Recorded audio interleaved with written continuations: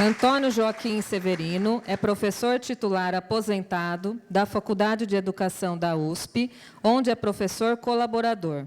Licenciado em Filosofia pela Universidade Católica de Louvain, na Bélgica, mestre em Educação pela mesma universidade, doutor em Filosofia pela PUC São Paulo, prestou concurso de livre docência da FEUSP em 2000 e de titularidade em 2003. Foi reitor da PUC São Paulo e professor em várias universidades. Atualmente integra o corpo docente do Programa de Pós-Graduação em Educação da Uninove, Universidade 9 de Julho, de São Paulo, onde lidera o Grupo de Pesquisa e Estudo em Filosofia da Educação, GRUPEF. Dentre suas publicações, destacam-se Metodologia do Trabalho Científico, Educação, Ideologia e Contra-Ideologia, Educação, Sujeito e História. O tema da palestra será Educação Popular e Educação de Jovens e Adultos, interface da ação, reflexão, ação na realização do processo educativo. O mediador do evento será o professor doutor José Renato Poli. Bom trabalho a todos. Muito obrigado, Zé Renato. Quero cumprimentar a todos também, parabenizá-los pelo investimento que vocês estão fazendo na própria formação, na própria continuidade da formação. Peço que vocês descontem alguma coisa exagerada que o Zé Renato falou a meu respeito, né? Mas o que é verdade é que, de fato, é uma longa parceria, né? Mesmo dos tempos de graduação dele, a gente já tinha algum intercâmbio, assim, não pessoal, mas no projeto da formação da graduação em filosofia. Ele fez na PUC de Campinas, onde eu fui um dos participantes também daquele curso de graduação. Fazer uma pequena retificação: eu não fui reitor da PUC, eu fui vice-reitor acadêmico de 80 a 84, na gestão da dona Nadir Gouveia, que era reitora, e de fato a gente está envolvido, né? Eu estou assim chegando já nos finalmente, né?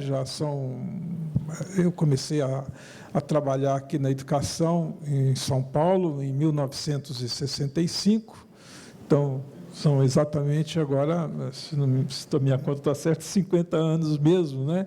E uma geração, a nossa geração, que compartilhou muitas utopias, né? Eu hoje, né, estou vendo assim, estou chegando ao final da carreira, e quando a gente olha para trás, lá nos idos, no final da década de 60, o país passando por momentos complicados do ponto de vista político, em plena ditadura, e nós alimentávamos assim quase que uma visão muito romântica, não é? Assim, eu me lembro que a gente esperava tanto no poder emancipatório da educação.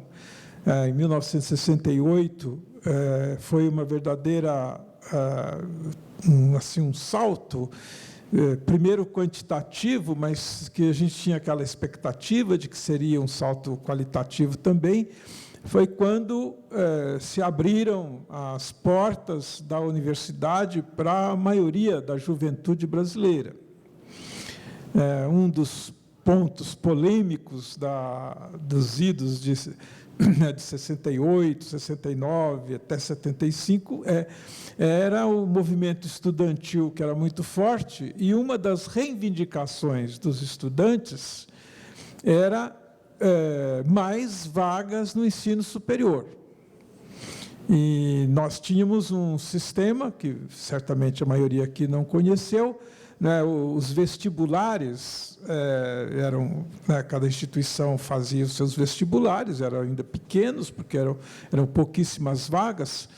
Para vocês terem uma ideia, São Paulo, a capital, São Paulo, só tinha 3 instituições de ensino superior. a PUC, a USP e o Mackenzie. E eram apenas essas escolas, cada uma com um pouquíssimo número de vagas. Então, a reivindicação, enquanto lá em maio de 68, lá em Paris, estava havendo aquela briga toda, os estudantes estavam brigando, digamos assim, para sair da universidade. Aqui no Brasil, o movimento estudantil estava brigando para entrar na universidade. Mas duas medidas eram tomadas, assim, que teve uma influência muito grande. Vocês querem vagas? Tudo bem, nós vamos dar vagas. Porque o que acontecia? O nosso vestibular era um vestibular seletivo. Então, só seria aprovado quem tirasse nota 7. A nota de corte, assim, de todo mundo era 7. Só que havia um número restrito de vagas. Então, o que acontecia? Muita gente era aprovado, tirava 7, mas não havia vagas para todo mundo. Então, criou-se a figura do excedente, né? E quem tirasse menos de 7 não tinha o que reivindicar. Então, o que o Ministério fez? O vestibular deixa de ser seletivo e passa a ser classificatório. Quer dizer, serão chamados os 50 primeiros que entraram, não tem mais excedente, né? Pura e simplesmente, quem tiver a melhor colocação vai ser chamado. Então, isso acabou com o problema do excedente. Ninguém podia mais alegar que era excedente. E a segunda medida foi o seguinte, possibilitar a qualquer instância da sociedade de criar cursos superiores. Aí foi uma festa. Né? Quer dizer, eu não falo isso no sentido de crítica, como se eu fosse contra, né? Ainda hoje, né, quase que 50 anos depois, o país ainda precisa dobrar a sua população universitária. Então, lá no final da década de 60, nós víamos, assim, nós acreditávamos, a minha geração acreditava muito no papel que a universidade ia exercer para o desenvolvimento da sociedade brasileira, da cultura, etc. e tal. Infelizmente, hoje, quando nós olhamos para trás, eu, pessoalmente, assim, me sinto até com bastante ceticismo, né?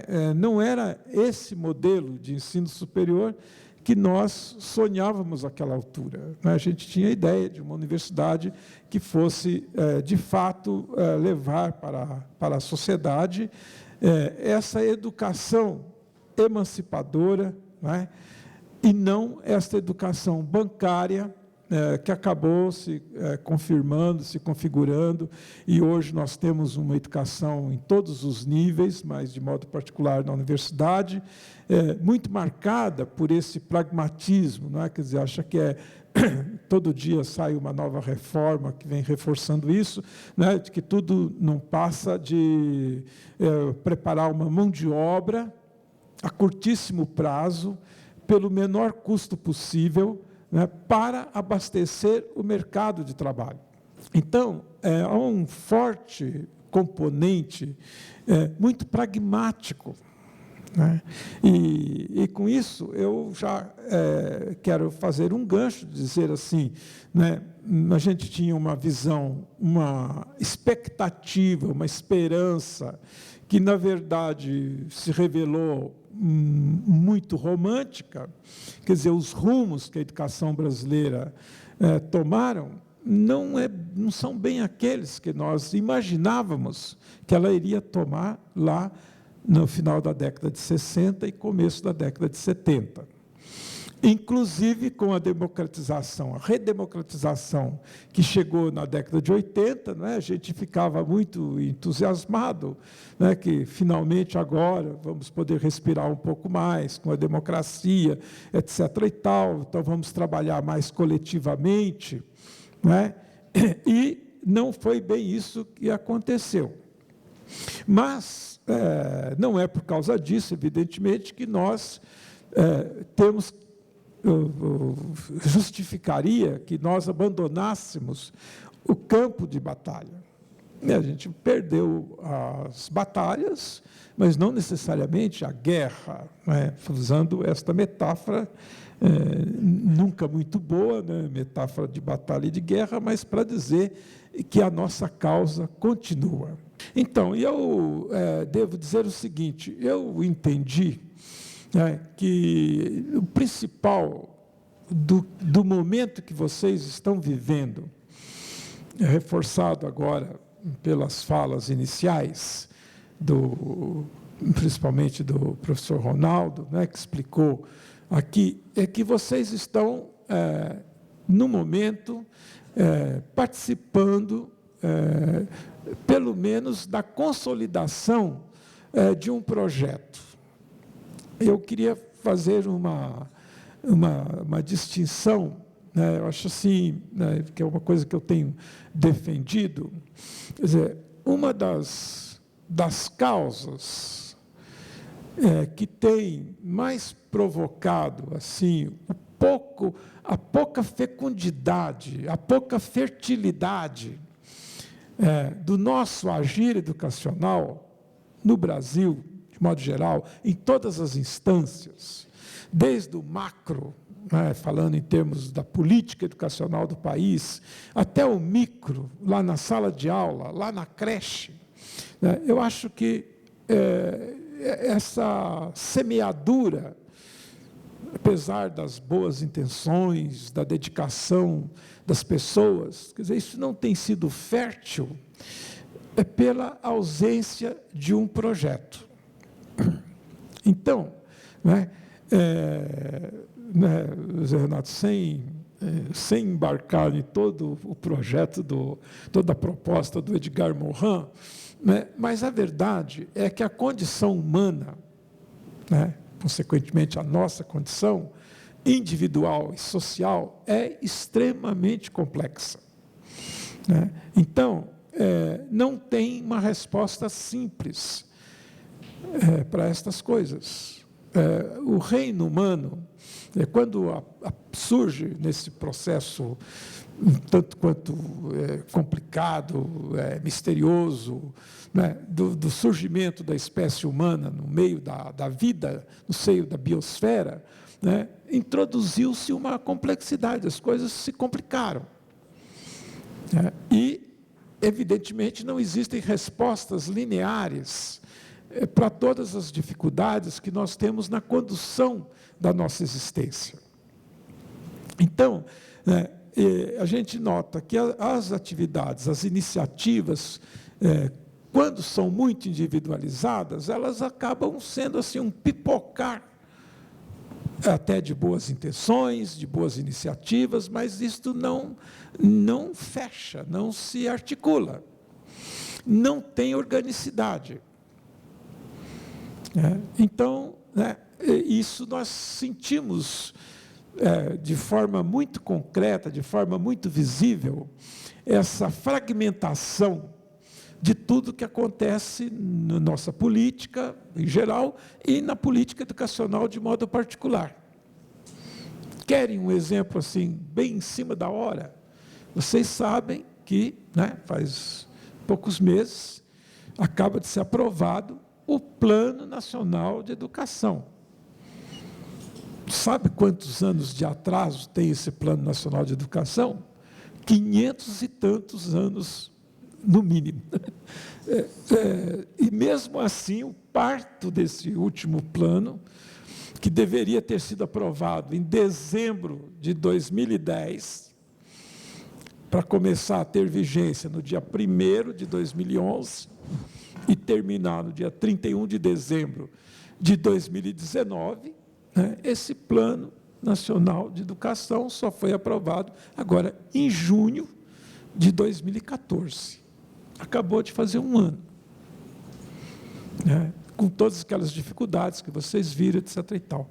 Mas quando nós vamos ler o plano, que inclusive dedica 3 metas e 32 diretrizes para a educação de jovens e adultos, quando nós vamos olhar este plano, a gente, de um lado, fica extremamente alegre, né? Finalmente, na primeira vez que se aprova um plano que tem aquela repercussão prevista na Constituição, que é que todos os estados, os 27 estados e os 5.000, e lá vai pedrada, de municípios, tinham que aprovar também os seus planos estaduais e municipais de educação até junho de 2015. Jundiaí está aí no meio, já fez o dele, né? Então, quando nós olhamos os nossos planos de educação, né, ressalvando esta conquista, que já foi um avanço, vocês podem ver que todas as nossas metas estão correndo atrás do prejuízo. Quer dizer, um plano de educação, como em qualquer outra atividade, né, quando se fala tanto nas teorias de administração, do planejamento, isso já vem de longa data, né, é no sentido de aprimorar as coisas, de melhorar, de descobrir, avançar.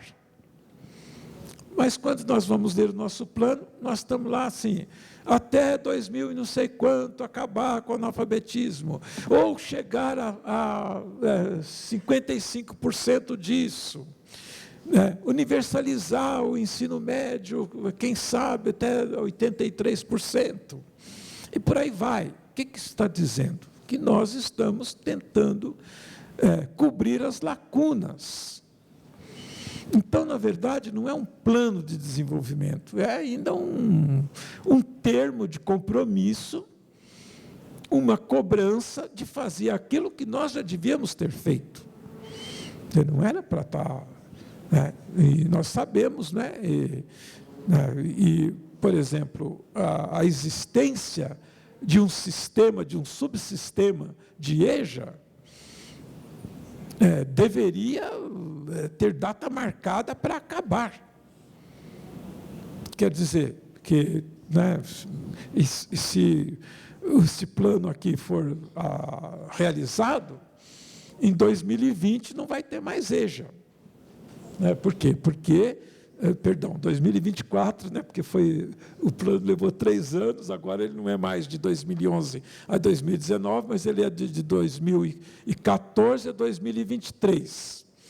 Mas, como vocês veem aí pelas metas e diretrizes, está na proposta da gente bater o martelo sobre uma porção de questões e, portanto, aí sim, em 2024, quem sabe, começar a cuidar da qualidade.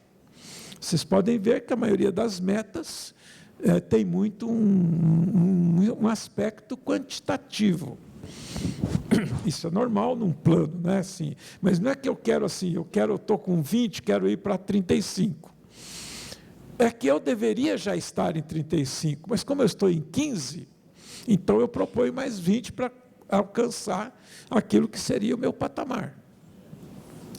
Então, isto para dizer o seguinte, que aqui na nossa educação, na nossa experiência política, estão faltando esses elementos, esses princípios de organicidade, de articulação. Quer ver outra história que mostra bem essa contradição? Como é que você faz um plano, em qualquer circunstância, em qualquer área? Como é que você faz um plano se você não tem antes um sistema? E o Brasil é tão original que no plano manda fazer o sistema. Quer dizer, uma das metas do nosso plano é criar o Sistema Nacional de Educação, que está em processo aí de discussão. Mas, na verdade, isto é mais correr atrás do prejuízo, porque eu só deveria fazer um plano depois que eu tenho um sistema. Eu estava olhando, por causa dessa discussão que está em pauta, por exemplo, quando nós vamos ver a questão da formação de professores, de modo geral, tem uma parte que é para o EJA, mas tem de modo geral, mais de 50 programas pontuais de formação de professores. Eu nem consegui ler todos, tanto que tem, né? Mas isso, como é que pode isso? Por quê? Porque, como você não tem um sistema, você não sabe quem faz o quê. Então, vem um governo, uma administração, tem lá suas intuições, ótimas, cheias de boas intenções, e pega e investe naquilo. Mas aquilo é uma coisa pontual, é uma coisa separada, isolada. Vocês estão vendo que lá em São Paulo está havendo agora um problema, talvez vai aparecer aqui também, né? O governo estadual está reorganizando as escolas, né? Mais uma vez para corrigir alguma coisa. É um samba de crioulo doido mesmo, não é? Que há anos, acho que já faz mais de 10 anos, foi aprovada uma lei que assim, que as prefeituras, os municípios, cuidam da educação infantil e fundamental. E quando houve a lei, não tinha ainda educação infantil oficializada, era o fundamental. O Estado cuida do ensino médio e a nação, a União, do ensino superior. Aí eu vejo, né, em pleno 2015, que o governo está fazendo uma reforma, um ajuste, para separar ensino fundamental de ensino médio, ensino infantil de ensino fundamental. Mas isso já devia estar separado. Há muitos anos, o Estado não deveria ter mais ensino fundamental. Acho que aqui está tudo na prefeitura, né, o ensino fundamental. Não? Então, vocês veem que vai tudo desarticulado, você vai remendando os pedaços. Porque nós não temos o que o Saviani sempre está batalhando, brigando, nós não temos o Sistema Nacional de Educação. Para dizer quem faz